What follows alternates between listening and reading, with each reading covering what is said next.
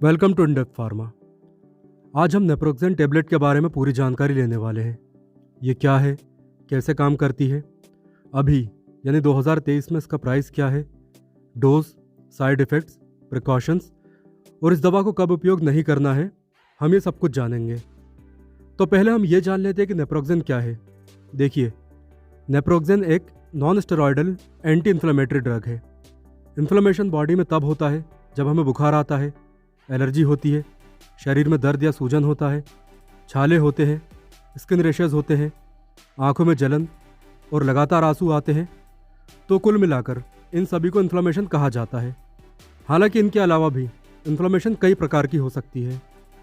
Inflammation के लिए हमारे शरीर में निकलने वाले कुछ हार्मोन जिम्मेदार होते हैं। तो नेप्रोक्सेन उन हार्मोन्स को ही ब्लॉक या फिर रिड्यूस कर देती है, जिससे कि इन्फ्लेमेशन होता है। तो ये है नेप्रोक्सेन और इसके काम करने का तरीका। अब इसके प्राइस और ब्रांड्स की बात करें तो ये कई ब्रांड्स में अवेलेबल है, जैसे कि नेप्रोक्सिन और प्रॉक्सीडोम।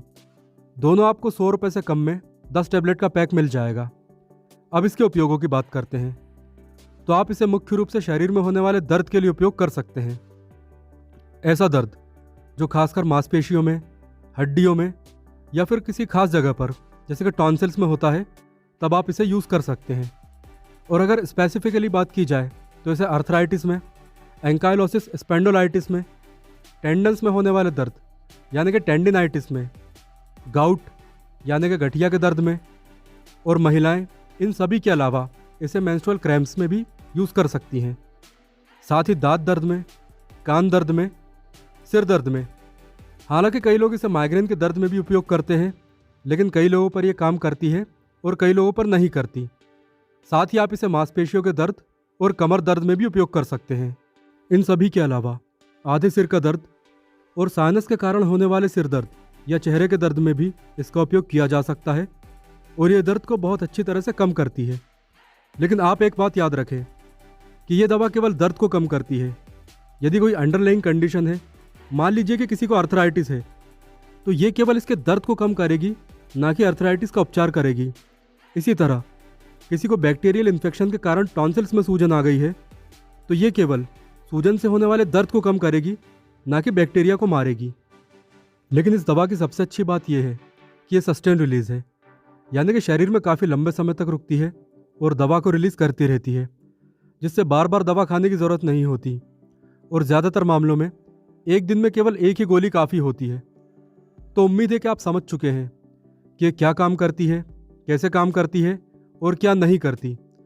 तो चलिए इसके बाद हम इसकी डोज की जानकारी भी ले लेते हैं। पहले मैं आपको बता दूं कि इस दवा को आप डॉक्टर के प्रिस्क्रिप्शन पर ही लें, क्योंकि डोज तय करने से पहले ये पता होना ज़रूरी है कि दर्द किस तरह का है। अब जैसे मान लीजिए किसी को गठिया का दर्द है, तो उसके लिए डोज अलग होगी और ये लंबे समय तक चलेगी। लेकिन यदि किसी को सामान्य सा दांत का दर्द है या फिर कान का दर्द है, तो एक ही गोली से काम चल जाएगा। लेकिन फिर भी हमें इसकी स्टैंडर्ड डोज की जानकारी होनी चाहिए। तो इसकी स्टैंडर्ड डोज है एक दिन में 500 mg की केवल एक टेबलेट, दूध के साथ या फिर पानी के साथ, जैसा भी आपको सुविधाजनक लगे आप ले सकते हैं। और हाँ, पेट की खराबी से बचने के लिए खाने के साथ या खाने के बाद ले तो बेहतर होगा। इसके अलावा इसे हर उम्र के व्यक्ति ले सकते हैं। 12 साल से कम उम्र के बच्चों के लिए नेप्रोक्सेन ओरल सस्पेंशन आता है और बच्चों को ये दवा देने से पहले आप डॉक्टर से सलाह ज़रूर लें। और इस बात का विशेष ध्यान रखें कि इस दवा को लेने के दौरान बच्चे के वज़न में अंतर ना आए, क्योंकि इस दवा की डोज बच्चे के वज़न के अनुसार ही दी जाती है। डोज के बाद अब इसके साइड इफ़ेक्ट्स की भी बात करते हैं। तो पहले मैं आपको ये बता दूं कि इसके साइड इफ़ेक्ट्स बहुत कम होते हैं। ज़्यादातर लोगों को नहीं होते, लेकिन फिर भी कुछ लोगों को साइड इफ़ेक्ट्स इसके हो सकते हैं। तो इसके साइड इफ़ेक्ट्स को हम 2 कैटेगरीज में डिवाइड करते हैं। पहला कॉमन, जिन पर ज़्यादा ध्यान देने की ज़रूरत नहीं है। दूसरा सीरियस, जो कि गंभीर हो सकते हैं। तो कॉमन साइड इफ़ेक्ट्स में शामिल हैं खाना ना पचना, सीने में जलन होना, पेट दर्द, मितली, सिर दर्द, चक्कर आना, नींद आना, खुजली होना, शरीर पर लाल दाने पड़ना, सूजन आना और कान बजना। तो ये सभी साइड इफ़ेक्ट्स समय के साथ चले जाते हैं, लेकिन यदि नहीं जाते हैं तो आप अपने डॉक्टर से सलाह लें। इसके बाद है सीरियस साइड इफ़ेक्ट्स। तो इनमें शामिल है एलर्जी, और एलर्जी में सभी शामिल हैं सर्दी जुकाम से लेकर स्किन रैशेस तक। इसके बाद स्किन पीली पड़ना, हार्ट प्रॉब्लम, लीवर या किडनी में प्रॉब्लम और एनीमिया के लक्षण यानी कि आरबीसी काउंट का कम होना। तो यदि आपको ये साइड इफ़ेक्ट्स महसूस होते हैं तो इस दवा को लेना बंद करें और अपने डॉक्टर से सलाह लें। साइड इफ़ेक्ट्स के बाद हम ये जान लेते हैं कि कब इस दवा को नहीं लेना है, यानी कि इसके प्रिकॉशंस की जानकारी भी लेते हैं। तो अगर आपको एस्प्रिन से एलर्जी है, उदाहरण के लिए कभी आपने सिरदर्द के लिए डिस्प्रिन ली हो और उससे आपको एलर्जी के सिम्टम्स आए, तो आप इस दवा को नहीं लेना। हार्ट पेशेंट है तो भी इस दवा को ना लें, या फिर हार्ट सर्जरी, बाईपास सर्जरी होने वाली हो या हो चुकी हो तो भी इस दवा को ना लें।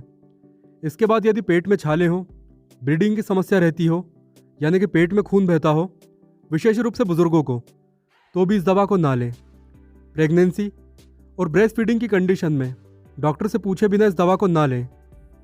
इस दवा को लेने के दौरान शराब ना पिएं, ड्राइव ना करें क्योंकि इससे हल्की नींद भी आ सकती है।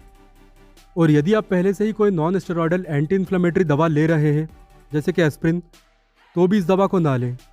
और सबसे ज़रूरी बात, नीमेसुलाइड के साथ कभी भी इस दवा का कॉम्बिनेशन ना बनाएं क्योंकि इसके दुष्परिणाम बहुत ही गंभीर हो सकते हैं।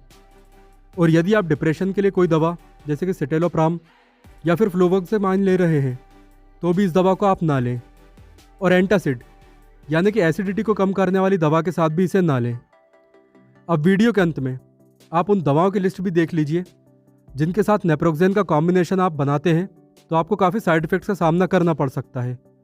नीमेसुलाइड के बारे में तो मैं पहले ही बता चुका हूँ, इसलिए आप बाकी की बची हुई दवाओं की एक लिस्ट देख लीजिए। तो दोस्तों, ये नेप्रोक्सेन के बारे में वो जानकारी थी जो उन सभी के लिए ज़रूरी है जो इसे यूज़ करते हैं। वैसे तो इस वीडियो में अधिकतर जानकारी को कवर किया गया है, लेकिन फिर भी नेप्रोक्सेन के लेकर आपका कोई सवाल है तो आप मुझे कमेंट बॉक्स में ज़रूर बताएं। इसी के साथ इस वीडियो को समाप्त करते हैं। यदि ये जानकारी आपके लिए हेल्पफुल है तो वीडियो को लाइक और चैनल को सब्सक्राइब ज़रूर करें। And thanks for watching this video.